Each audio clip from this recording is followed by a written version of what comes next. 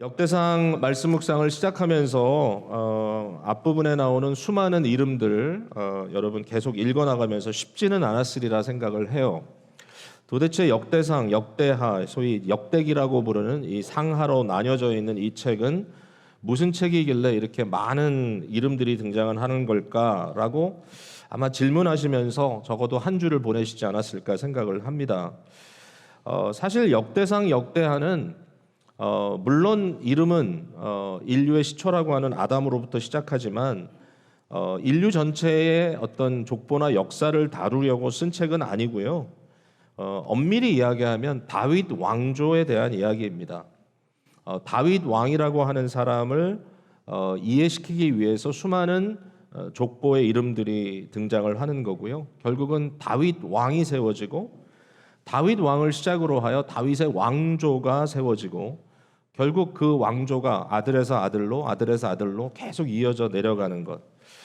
마지막 역대하 끝에 가보면 바벨론에 의해서 예루살렘이 다윗의 성이 함락되는 장면으로 끝이 나지만 그러나 거기에서 마무리 짓지 않고 70년이 지난 이후에 다시 고레스의 칙령에 따라 예루살렘의 성전이 회복되는 그런 이야기로 마무리를 하게 되는 책인 거예요. 역사서는 분명한데 특별히 다윗과 다윗 왕조의 포커스가 맞춰 있다는 것을 우리가 볼 수 있습니다. 우리가 가지고 있는 성경에는 역대상하는 구약 성경 중간에 끼어 있지만 사실은 아마도 순서대로 하자면 구약 성경 제일 마지막에 기록된 책이 될 것이고요. 바벨론에서 돌아온 이후에 이제 포로기에서 돌아온 이후에 역사를 돌이켜 보면서 기록된 책이라고 말할 수 있어요. 다시 말씀드리지만 이 글의 주인공은 다윗입니다. 다윗. 결국 이스라엘의 12지파를 통합하여 하나의 국가로 아주 강하게 세우는, 말 그대로 왕을 통하여 통치되는 국가로 세워지는 것이 실제로 완성되는 것, 이게 다윗을 통해서 이루어지는 것이고요. 그뿐만이 아니라 12지파에서 빼내서 또 하나의 지파를 삼으신, 결국은 하나님의 장자 지파로 삼으신 이 레위인들을 중심으로 해서 결국은 성전 종교라고 하는 이 성전을 중심으로 한 종교가 실제로 세워지는 것도 다윗입니다. 다윗 때문입니다. 많은 사람들이 성전은 다윗이 아니라 다윗의 아들 솔로몬이 지었다라고 얘기를 하지만 사실은 지었을 뿐이지 모든 준비 하나에서 열까지 다윗이 다 완성시켰고 솔로몬은 시킨 대로 했을 뿐이라고 말해도 절대로 과언이 아닙니다. 결국은 다윗의 성전이라고 말할 수 있겠죠.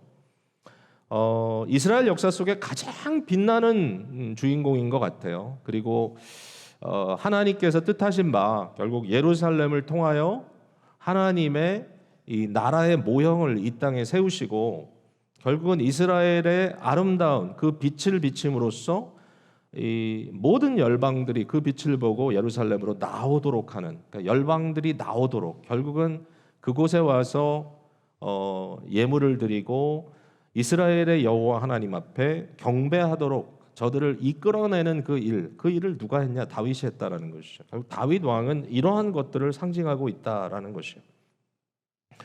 다윗의 후손에 많은 왕들이 있었지만 그 모두는 다윗에게 비교됩니다. 다윗이 한 대로 하면 성공한 왕이고 다윗이 한 대로 안 하고 결국 자기 죄에 따라 행동을 했다면 그들은 실패한 왕이라고 규명을 하고 있어요. 가차없이 그 판명을 해내고 있습니다.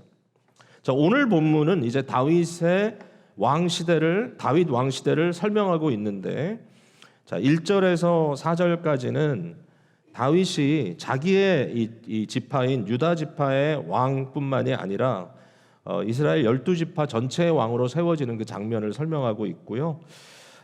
앞서 3장 4절에 나와 있는 내용을 보면 다윗은 헤브론이라고 하는 곳에서, 그러니까 유다의 중심부에서 거기에서 7년 6개월 동안을 유다 족속의 왕으로 다스렸고요.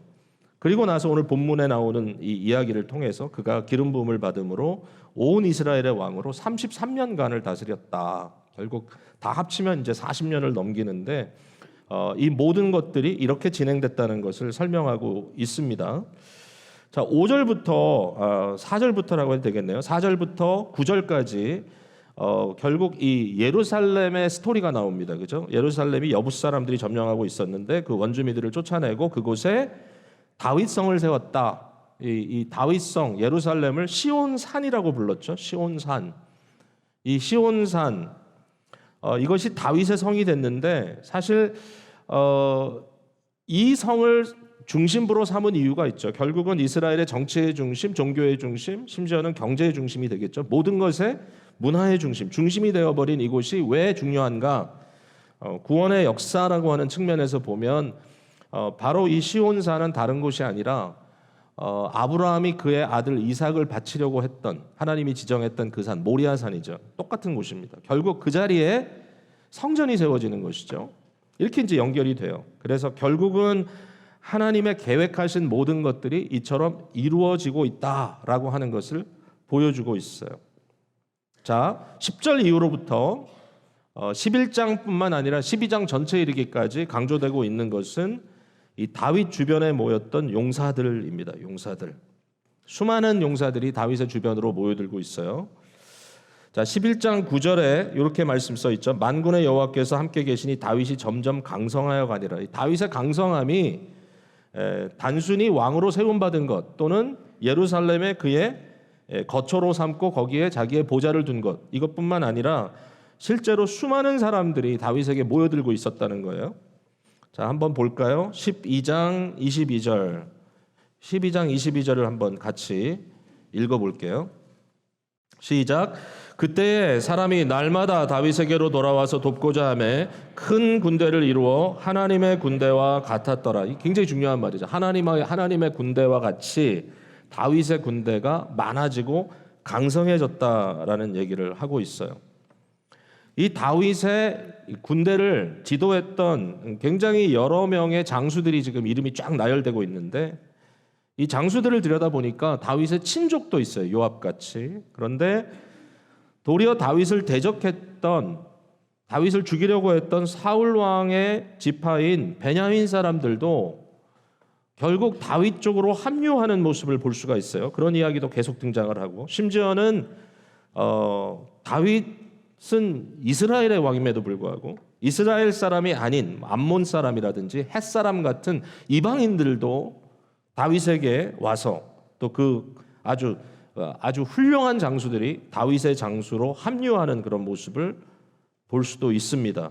결국 다윗의 왕위가 세워지고 다윗의 나라가 확장되는 그 중심에 이 많은 장수들이 그와 함께 했다는 것을 볼 수 있는 것이죠. 자, 이와 같은 말씀을 우리가 함께 지금 봤고 읽었고 지금 이 말씀을 나누고 있는데 도대체 이 말씀을 어떻게 우리에게 연결시킬 수 있을까라는 질문이 있을 거예요. 사실은 어렵지는 않습니다. 왜냐하면 다윗이라는 인물을 보았을 때 우리는 분명히 다윗을 통하여 예수 그리스도를 볼 수 있기 때문이죠.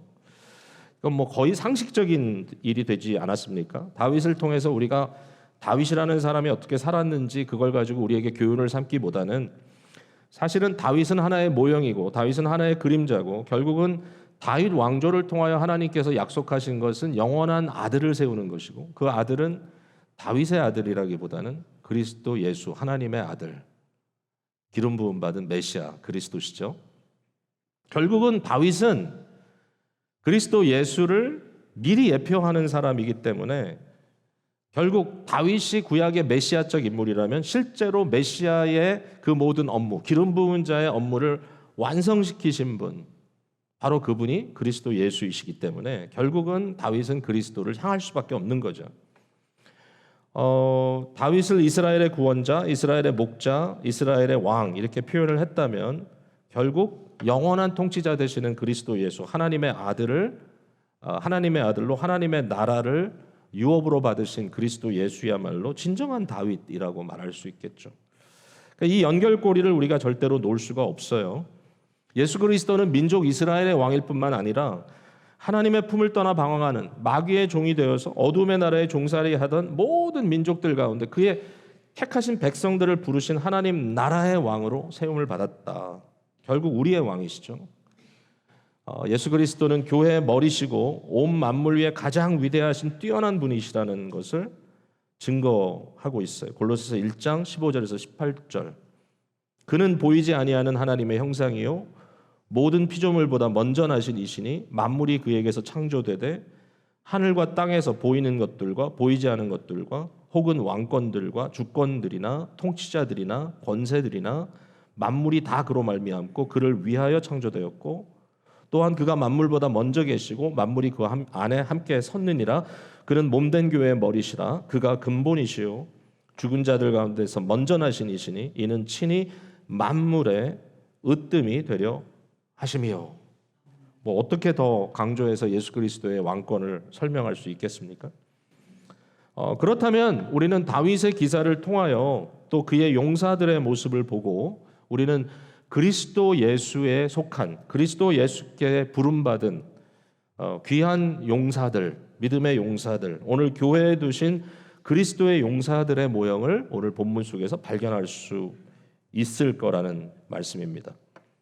여기에 대한 증거로 디모데후서 2장 3절 4절을 여러분께 소개합니다. 우리에게 주시는 말씀 이렇습니다. 너는 그리스도 예수의 좋은 군사로 나와 함께 고난을 받으라. 군사로 복무하는 자는 자기 생활에 얽매이는 자가 하나도 없나니 이는 군사로 모집한 자를 기쁘게 하려 함이라. 본문에서 다윗의 용맹한 용사들이 자기를 위하여 일하는 것이 아니라 오직 다윗을 기쁘시게 하기 위하여 하나님의 나라를 위하여 일한 것처럼 저와 여러분도 바로 이와 같은 용맹한 용사로 부름을 받았다라는 사실을 우리 마음속에 한번 깊이 묵상하고 헌신하는 시간이 되었으면 좋겠습니다. 여러분 글래디에이터라는 영화를 보신 분들이 많을 것 같아요. 이거 벌써 오래된 영화인데 저는 이 영화가 참 좋은 영화라는 건 알고 있었어요. 많이 들었고요. 근데 한 번도 이 영화를 실제로 본 적이 없어요. 제가 이 얘기를 했더니 우리 교회 전도사님이 저를 아주 비웃더라고요. 도대체 당신은 문화생활을 하느냐 마느냐. 근데 이제 글라디어라는 영화를 제가 지난주에 비행기 안에서 봤습니다. 좀 긴 영화를 찾다 보니까 3시간 되는 영화를 찾다 보니까 글래디어가 이제 발견이 돼서 이 영화 한번 볼까? 거기에 러셀 크로우라고 하는 아주 좋은 배우가 등장을 하는데 이 영화의 내용을 보면서 뭔가 이 묵상하고 있던 이 스토리가 좀 매치가 돼서 굉장히 좋았어요. 저는 사실 이 영화가 강조하고 있는 것은 우리가 말하는 어떤 복음적인 가치라든지 또는 기독교적인 가치라든지 이런 의미라기보다는 우리가 사실 이것을 볼 때 이것은 인류 보편적 가치구나라는 생각을 하게 됐어요. 인류 보편적 가치라는 말은 신앙과 상관이 없다는 얘기가 아니라 우리의 하나님이 그와 같은 분이라는 거예요. 우리 하나님은 어떤 민족의 하나님이나 어떤 언어 부족의 하나님이나 또는 한민족의 하나님이나 이렇게 갈 때는 반드시 문제가 생겨요. 하나님은 어떤 이 땅에 있는 국가의 하나님이 아니에요. 그게 하나님의 뜻이 아니에요. 구약의 이스라엘을 들어 쓰신 것은 저들을 하나의 모형으로 하나님의 나라의 모습을 계시하기 위한 방편으로 쓴 거지 하나님의 목적이 그들만을 구원하기 위한 것은 절대로 아니었다는 거죠. 결국은 하나님의 뜻이 그들을 예루살렘으로 모으시다가 결국 그리스도 예수의 대속 사건을 통해서 그리스도의 부활 승천하심이 완성되었을 때 예루살렘으로 하여금 세상을 향하여 땅끝까지 가도록 하시죠. 이것이 하나님의 목적이기 때문에 결국은 그 목적에 따라 모든 백성을 하나님의 나라로 모으실 때 그 하나님의 나라로 모으시는 가치라는 것이 과연 무엇인가? 이 가치, 하나님의 공의로움, 하나님의 사랑, 하나님께서 우리 마음속에 아주 웅장한 어떤 품격으로 심어주신 수많은 위대한 것들, 한 인간이 영웅이 되는 것이 중요한 것이 아니라 그 영웅으로서의 자격을 갖추기 위한 그 배경 속에 어떠한 품격들이 거기에 자리 잡고 있는가? 과연 진정한 충성심이라는 것은 뭔가? 이러한 중요한 것들을 좀 말하고 있다라는 것이죠. 그래서 저는 사실 글래디에이터를 보면서 은혜를 받았어요. 이 맥시머스라고 하는 이름을 가진 한 장군이 등장을 하는데 훌륭한 장군이에요. 그는 로마 사람이 아니에요. 이방 사람이에요. 그럼에도 불구하고 로마의 이 제국의 왕인 가이사인 마르커스 오렐리어스라고 하는 왕에게 충성합니다. 그 충성된 부하로서 그 일을 다 감당하는데 사실은 이 마르커스 오렐리어스에게는 아들이 있었지만 육신의 아들은 너무나 잘못된 삐뚤어진 인간이었어요. 그는 스키밍하는, 즉 꾀를 내가지고 어떻게 해서든지 모든 것을 자기에게 욕심에 채우는 어떤 도구로 사용될 수 있도록 끌어들이는 그러한 아주 치사한 인간이었어요. 저는 그 모습 속에서 바로 이 사탄적, 마귀적 모습을 너무나 그대로 볼 수 있다라고 생각을 하게 됐어요. 마귀를 담은 존재, 아버지였지만 이 마르커스 오렐리어스는 로마에 대한 꿈을 가지고 이 나라를 아들에게 물려주는 것이 아니라 바로 맥시머스라고 하는 장군에게 맡기려고 했어요. 이 모든 것들을 이제 이 스토리상 결국 아들이 알게 되고 그 가족을 다 십자가에 못 박아 죽이고 결국은 노예로 팔려간, 사실 죽어야 되는데 죽지 않고 노예로 팔려갔던 맥시머스가 나중에는 이 원형극장의 글라디에이터가 돼가지고 돌아온 이 사건이죠. 근데 글라디에이터가 되는 게 중요한 게 아니에요. 그는 끝까지 살아있으나 죽었으나 마르커스 오렐리어스 황제를 위하여 충성된 신하로서 자기의 삶을 끝까지 드리는 거예요.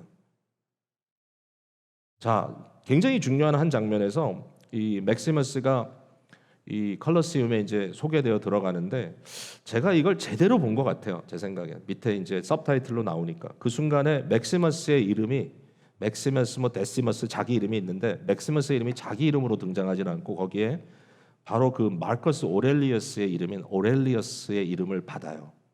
어떻게 소개가 되냐면 오렐리어스 맥시머스로 소개가 돼요. 저는 게 너무 짜릿했어요. 그 순간에. 결국은 주인의 이름을 받고 나는 오직 그만 섬긴다. 이렇게 선언하고 결국은 자기의 목숨을 가지고 목숨을 바쳐서 그 왕의 뜻을 이루어내는 한 장수의 이야기. 뭐 그런 겁니다. 자, 오늘 본문 속에 이 나오는 장수들은 어떤 일을 하고 있느냐? 자, 간단하게 제가 말씀을 드릴게요. 첫 번째는 저들의 목적은 왕의 나라를 세우는 거예요. 자, 10절 말씀 한번 볼까요? 10절 말씀. 다윗에게 있는 용사의 우두머리는 이러하니라. 이 사람들이 온 이스라엘과 더불어, 그러니까 백성들과 더불어 다윗을 힘껏 도와 나라를 얻게 하고 그를 세워 왕으로 삼았으니 이는 여호와께서 이스라엘에 대하여 이르신 말씀대로 함이었더라. 그러니까 그들이 한 것은 뭐냐면 힘껏 다윗을 도와서 결국 나라를 세우고 다윗이 그 나라의 왕이 되도록 하는 일이었다라는 거예요. 이게 제일 핵심이에요. 저들의 역할은 자기의 나라를 세우는 게 아니었어요. 나의 킹덤이 아니라 왕의 킹덤을 세우는 겁니다. 여기에서 모든 것이 갈라진 일이죠. 과연 이는 충신인가? 아니면 간신인가? 이 사람은 자기를 섬기는가? 아니면 진정 그의 주인을 섬기는가? 여러분, 놀랍게도 지난 1년 안에, 사실 1년도 아니죠. 미국과 한국과 제가 연관되어 있는 세 나라 모두, 캐나다까지 그 나라의 대표자를 세우는 그러한 선거가 있었어요. 다 끝났습니다. 이제 세 나라. 예, 한국까지 마쳤으니까. 여러분, 한 나라의 한 국가를 이끌어갈 리더를 세운다고 했을 때, 자, 저는 정치적인 얘기를 하고 있는 게 아닙니다. 뭐 어느 편에 서야 되느냐를 얘기하는 것이 아니라 인류 보편적인 가치에 대해서 고민하는 게 아닌가요, 여러분? 우리는 어떤 사람을 리더라고 인정할 수 있겠습니까? 자기의 유익을 구하는 이기적인 리더인가? 아니면 심지어는 개인이 아니더라도 어떤 특정한 집단의 이권을 위하여 권력을 얻고 결국은 그 모든 사람들이 자기를 위하게 하기 위해서 그 권력을 나눠주는 정도의 이런 아주 탐욕에 가득 찬 리더를 원하는 것입니까? 아니면 적어도 보편적인 선에 대한 인식을 가지고 있는 사람, 국가적 이익, 심지어는 저는요, 제 생각에는 적어도 미국 정도 된다면, 한국 정도 된다면, 캐나다 정도 된다면 인류 보편적인 유익을 위해서 일할 수 있는 리더를 세우고 싶지 않겠습니까? 저는 이 부분에서 절대로 우리는 오해가 없다고 생각해요. 왜냐하면 우리 마음을 웅장하게 하는 가치가 뭔지를 알기 때문이에요. 이기적인 사람을 좋아하지 않습니다. 우리는 그런 사람들을 속물이라고 부릅니다. 그런 속물이 세상에서 권력을 키워가는 모습을 보면 우리는 위기감을 얻지 위안을 받지 못합니다. 이것이 인류 보편적인 가치이기 때문에 그래요. 과연 누구를 위하여 무엇을 위하여 일하고 있느냐라는 질문을 해야 되겠죠. 저는 모세라는 인물에 대해서 읽으면서 항상 그 고민을 해요. 나도 그와 같을 수가 있을까? 40년이라고 하는 길고 긴 어려운 광야의 시간을 이스라엘 백성들을 위하여 또 궁극적으로는 저들의 가나안 정복을 위하여 자기의 인생을 불태웠던 그러한 존재 아닙니까? 정말 아마 속은 까맣게 타들어갔을 거예요. 너무나 힘들었을 거예요. 근데 그 40년을 마무리하는 그 순간에 모압 평지에서 하나님께서 그에게 하시는 말씀이 너무 야속합니다. 그가 하나님께 구했습니다. 하나님, 이전에 말씀하신 적은 있지만 하나님, 제가 요 요단강 건너서 가나안 좀 들어갈 수 없을까요? 하나님이 말씀하시기를 노, 더 이상 이 일로 내게 구하지 마라. 크지도 않은 대단하지도 않은 산에 올라가서 그것도 누구도 자기를 보자 하지 않고 자기 홀로 외롭게 그 산을 혼자 올라가서 누구도 그의 무덤이 어디 있는지 알지 못하는 그 바로 한 장소에서 그는 마지막 그의 숨을 거둡니다. 그가 숨 거두기 전에 마지막 한 것은 뭐냐면은 하나님의 말씀, 주신 말씀을 다 종합해서 신명기라고 하는 너무나 위대한 책으로 그들에게 설교로 남겨준 거고요. 이게 전부다. 내가 너에게 줄 수 있는. 그리고 하나님께서 명하신 대로 모든 사람들 앞에서 한 젊은이, 뭐 이제는 젊지만은 않지만 그러나 지난 40년 동안 모세를 수반들었던 여호수아를 공개적으로 세우고 그에게 안수하고 이제 모든 나의 권한은 이에게 이전한다. 하나님이 이렇게 하라 했어요. 그때 중요한 질문이 제 마음에는 생겨요. 누구를 위한 가나안 정복인가? 라는 질문이에요. 저는 예전에 이 질문으로 설교를 했던 기억이 나요. 누구를 위한 가나안 정복인가? 누구를 위한 리더십인가? 누구를 위한 것인가? 여러분, 가나안 정복은 모세가 취했다 할지라도 세상 누구도 그를 욕하지 않았을 거예요. 그러나 모세는 마지막에 그것을 얻지 못했어요. 이 꿈을 위하여 40년을 달려왔지만 정작 중요한 시간에 가나안은 그에게 허락되지 않았어요. 그러나 그는 그 순간에 좌절하지 않았어요. 이것이 나의 일이다라고 받아들이고 결국 모든 것은 하나님의 나라를 세우는 일이다라고 그는 인정했던 겁니다. 우리에게 중요한 숙제가 던져집니다. 인생의 숙제입니다. 나는 무엇을 위하여 누구를 위하여 살아가는가? 사람들은 그렇게 얘기해요. 나 한 사람 관리하기도 힘들다 그래요. 근데 어쩔 수 없어요. 우리에게는 수많은 관계들이 엮여져 있습니다. 이런 여러 언약적 관계들을 우리가 무시할 수 없어요. 아내에게는 남편이 있고 남편에게는 아내가 있습니다. 어떨 때는 둘 중에 한 분이 먼저 좀 병이 들어 연약해지면 그래도 비교적 건강한 다른 한 사람이 남편 또는 아내를 수반드는 일을 해나가기도 합니다. 우리에게는 자녀들이 있습니다.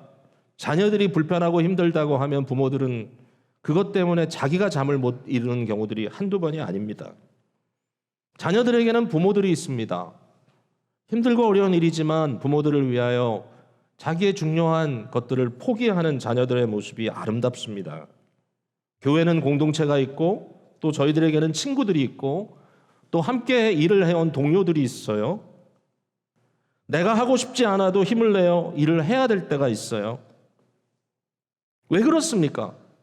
여기에는 어떤 보편적인 가치가 있기 때문이에요. 하나님의 영원한 도덕률이 있기 때문이에요.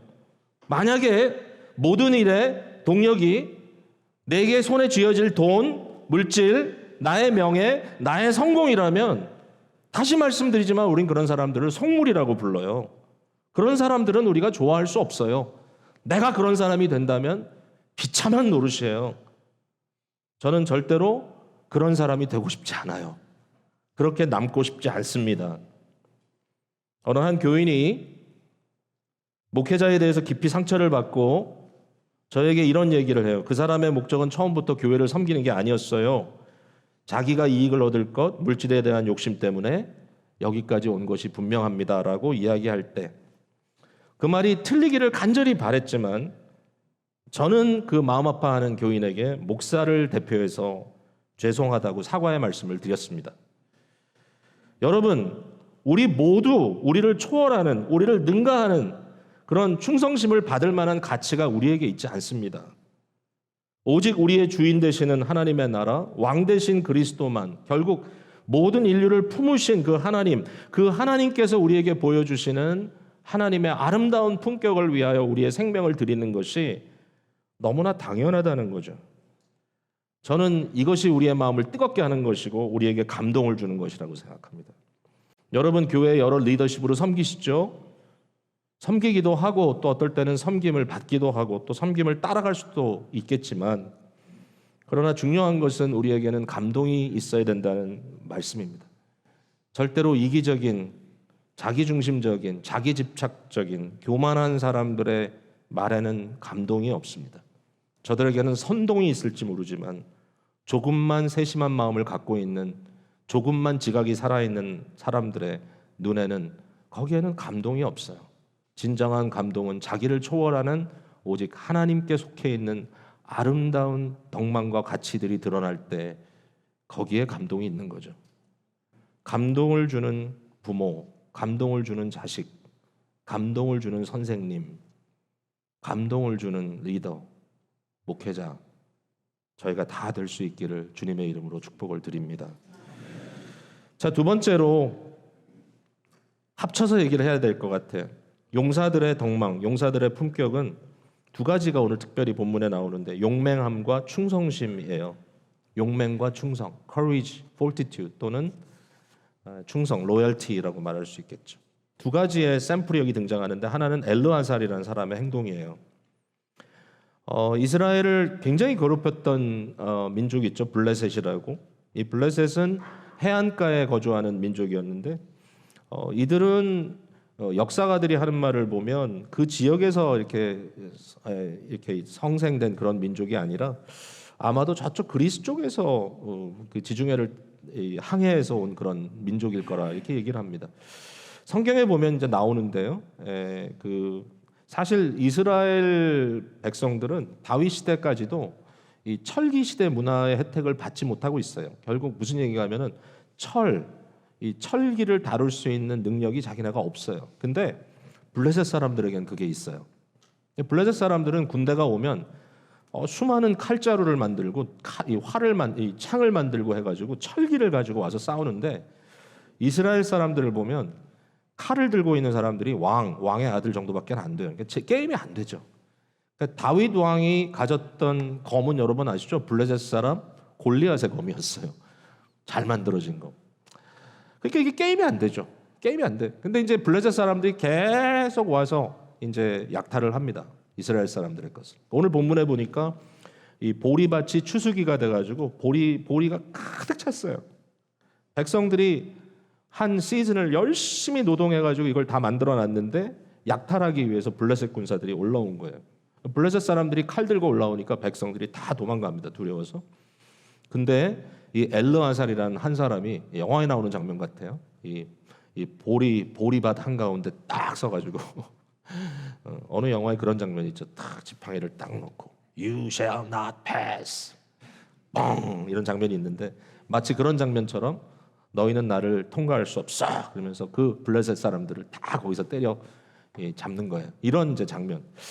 이 굉장한 용맹함이죠. 근데 이제 여기에 우리가 그냥 이 사람의 영웅심이나 뭐 그 순간에 뭐가 이렇게 발동돼서 했다. 뭐 군인이니까 당연히 하는 거 아니야? 근데 그게 아니라고 저는 생각해요. 왜냐하면 홀로 구원자 되기를 자처하고 백성들을 구원했다기보다는 저는 이걸 이렇게 보고 싶어요. 그들이 땀 흘려 수고한 결과로서의 이 재산을 부당한 침략자의 행패로부터 지켜주는 일. 이게 용기라고 생각돼요. 결국은 이것은 하나님의 영원한 도덕률의 가치를 지켜내는 일이었어요. 도적질하지 말라라는 말은 그냥 뺏지 말라는 게 아니라 인간의 노동의 존엄성, 정직한 노동을 통해서 자기의 재산을 만들어 그것을 가졌을 때 물론 잘 써야 되는 것도 성도의 몫이지만 그러나 그 재산의 바운더리를 지켜주는 것은 거룩한 일이다라는 거예요. 이걸 지켜준 거예요. 이게 용기예요. 자, 두 번째 스토리는 뭐냐면 베들레헴에서 이제 다윗을 위해 충성했던 세 장수 얘기입니다. 이름도 안 나와요. 세 명의 장수인데 15절부터 19절에 나오죠. 베들레헴은 당연히 이스라엘의 영토이고요. 다윗의 그 본거장이기도 합니다. 근데 이 베들레헴을 블레셋이 점령을 했어요. 거기에 이 군대가 주둔하게 됐어요. 결국은 이제 큰 전쟁이 벌어지는 그 찰나겠죠. 다윗은 이제 그들과 함께 싸우기 위하여 있는데 그저 다윗이 어느 한 순간에 이 혼잣말로 이렇게 했어요. 베들레헴 성문 곁 우물물을 누가 내게 마시게 할꼬. 이거는 이제 무슨 얘기인가 하면 다윗이 베들레헴 사람이잖아요, 원래. 그러니까 거기에서부터 이렇게 자기가 먹고 자랐던 어떤 우물에 대한 그러한 회상을 하는 거예요. 그 성문 옆에 있는 우물물이 너무 시원하고 좋은데 내가 그 물을 좀 마셨으면 좋겠다. 누가 이 일을 할꼬? 이 말은 앵벌이 시키느라고 뭐 어떤 그 밑에 있는 부하들 보러 가서 물 좀 떠와 이게 아니죠. 그게 전혀 아닙니다. 무슨 얘기입니까? 누가 과연 이 베들레헴을 점령할 것인가? 누가 이 전쟁에 승리를 가져다 줄 것인가? 그때 당시에는 그런 장수들이 일어나서 제가 가겠습니다. 싸우는 거거든요. 1대1로 싸우고 그 다음에 싸우고. 그러니까 누가 어떻게 이 일을 할 것인가? 승리에 대한 간절한 바람이었죠. 근데 이 말을 세 장수가 엿들은 거예요. 그리고 밤인지 낮인지는 잘 모르겠어요. 제가 자세히 못 봤는지 모르겠는데 저들이 적지를 뚫고 들어갔어요. 목숨을 걸고 블레셋 군대를 돌파하고 바로 그 우물에 가서 그 물을 길어다가 다윗에게까지 갖다 주는 겁니다. 여러분, 다윗이라 할지라도 이 충성을 받을 수가 없죠. 놀라운 충성심이긴 한데 다윗이 어떻게 하는 것이 그 장면의 완성이겠습니까? 다윗이 부하 가져온 물을 벌컥벌컥 마시면서 눈물을 쫙 흘리는 그게 마지막 장면일까요? 아니요. 그런 장면이 연출되지 않았어요. 여기 어떤 장면이 연출됐냐면 다윗의 충성심이 나옵니다. 다윗은 그 물을 하나님 앞에 관제로 드립니다. 이 관제가 뭐냐면요. 이런 거예요. 제사를 드릴 때 이 제단 위에 짐승을 올려놓고 이제 불로 태우지 않습니까? 이 번제를 드릴 때. 근데 그 번제의 마지막 단계가 뭐냐면요. 어떤 특정한 제사일 때는 그 번제의 짐승을 먼저 잡을 때 그 피를 받아놔요. 피를 받아놨다가 마지막 그 짐승이 거의 다 타 들어갔을 때 그 피를 그 타 들어가는 짐승 위에다 갖다 붓습니다. 제단 위에. 그러면 이 하늘을 향하여 이 구름 기둥처럼 쫙 수증기가 올라가지 않겠어요? 피가 지글지글 소리를 내면서 하늘을 향하여 쫙 뻗어 올라가는 바로 그 순간이 그 제사의 클라이맥스인 겁니다. 피를 쏟아 부어드리는 거예요. 다윗은 관제로 이 물을 드립니다. 자기가 먹을 수 없다 그래요. 왜 그렇습니까? 이것은 저들의 피다라고 얘기했습니다. 저들의 헌신을 내가 받을 수가 없다. 저들의 헌신을 하나님께 돌려야 한다. 저는 여기에 예수 그리스도의 모습을 봅니다. 예수 그리스도는 어떤 분이냐? 예수 그리스도는 우리를 앵벌이 시켜 먹는 분이 아닙니다. 만약에 여러분의 헌신을 어떤 특정한 기관이나 어떤 특정한 사람을 위하여 무조건 섬기라고 한다는 그러한 표현으로 여러분에게 말을 했다면 여러분 그것이 그리스도를 위한 섬김인지 아닌지를 여러분은 신중하게 검토해야 합니다. 과연 이것이 그리스도를 위한 것인가? 그리스도께서 우리에게 요구하시는 것은 어떤 눈에 보이는 기관의 성장이나 또는 어떤 사람이 영광을 얻는 것이 아니죠. 하나님께서 그리스도를 통하여 이루시는 하나님 나라의 가치관은 그의 의와 그의 진리 그리고 진정한 아름다움을 회복하시기 위해서 하나님의 품격이 이루어지는 하나님의 나라의 완성을 위해서 그리스도는 싸우시고 그 싸움에 저와 여러분을 초대한다는 거지 절대로 우리를 통하여 어떠한 세상의 일을 이루시려고 하시는 것이 아니다라고 하는 것입니다. 우리 예수 그리스도는 그래서 우리가 섬기기에 합당한 분이다라고 확신합니다. 고린도후서 5장 15절에 그가 모든 사람을 대신하여 죽으심으로 살아있는 자들로 하여금 다시는 그들 자신을 위하여 살지 않고 오직 그들을 대신하여 죽었다가 다시 살아나신 이를 위하여 살게 하려 함이라. 역설적인 말씀이죠.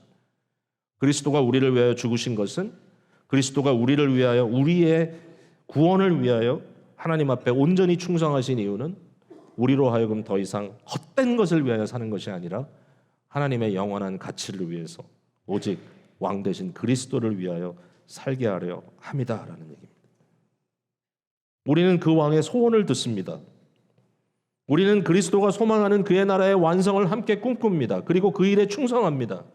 주 예수 그리스도의 구원의 복음이 그가 다스리는 나라가 확장되어 하나님의 뜻이 하늘에서 이루어진 것 같이 이 땅에 이루어지기를 위하여 주의 나라가 임하시기를 위하여 우리는 때에 따라 어려운 여정을 떠나가는 것이죠. 예배 후에 매주마다 파송되어 우리의 매일의 삶 속에 나아가는 저와 여러분의 발걸음은 더 이상 우리를 위하여 사는 것이 아니라 그리스도와 그의 나라를 위하여 사는 것으로 변화된 인생을 확신하고 헌신하는 것이다라고 말씀드릴 수 있을 것 같습니다. 말씀을 맺습니다. 그리스도의 좋은 군사의 중요한 덕망은 용맹입니다. 용맹. 편안함이 최고의 가치가 된 문화 속에서 용맹은 도리어 무식한 처사라고 비판을 받을지 몰라요. 그러나 의를 위하여, 공정을 위하여, 진리를 위하여, 진정한 아름다움을 위하여 용맹해야 하는 부르심에 대해서 저와 여러분은 어떻게 반응하고 있는지, 또 현재의 문화 속에서 충성심이 설 자리가 없다고 이야기합니다. 그러나 저는 확신합니다. 인간은 의미가 없이는 살아갈 수 없는 존재이기에 무의미한 일을 반복할 수도 없고 기계처럼, 또는 자신의 본성적인 것에만 반복하여 쫓아가는 짐승 같은 삶을 살아갈 수가 없는 존재이기 때문에 저는 인간을 이렇게 정의할 수 있을 것 같아요. 제가 처음 한 말은 아닙니다만은 예배하는 존재다. 예배라는 말은 뭐죠? 무언가 절대적인 어떤 가치에 대해서 내가 헌신하는 것. 절대적인 그분을 향하여 내 자신을 드리는 것. 예배하는 존재. 분명히 무엇인가에 우리는 충성하고 있을 것이다라는 것이죠. 충성하지 않는 자는 없을 것이다. 극단적인 개인주의 사회 속에서 한 사람의 충성심은 오직 자기 자신에게만 있다라고 말할 수도 있습니다. 그러나 그것은 정말 부당한 일입니다. 자기 자신에게 충성하는 자에 남는 것은 비인격적인 자기 중심성, 자기 집착, 마지막에는 인격을 상실하고 죄밖에 남지 않은 인간 아닌 그 이후의 존재가 되고 말 것입니다. 그러나 우리는 무엇인가를 예배하고 있을 것입니다. 과연 우리의 충성은 가치 있는 대상을 향하고 있는가? 아니면 가치 없는 것을 향하여 오늘도 나는 달려가고 있는가? 무엇에게 충성하고 있고 그 충성심은 어떻게 표현되고 있는가라고 하는 질문 여러분께 드립니다. 오늘 이 말씀을 마음에 담고 그리스도 예수에 대하여 다시 한번 지극한 마음으로 나아가는 복된 성도님들 되시기를 바랍니다.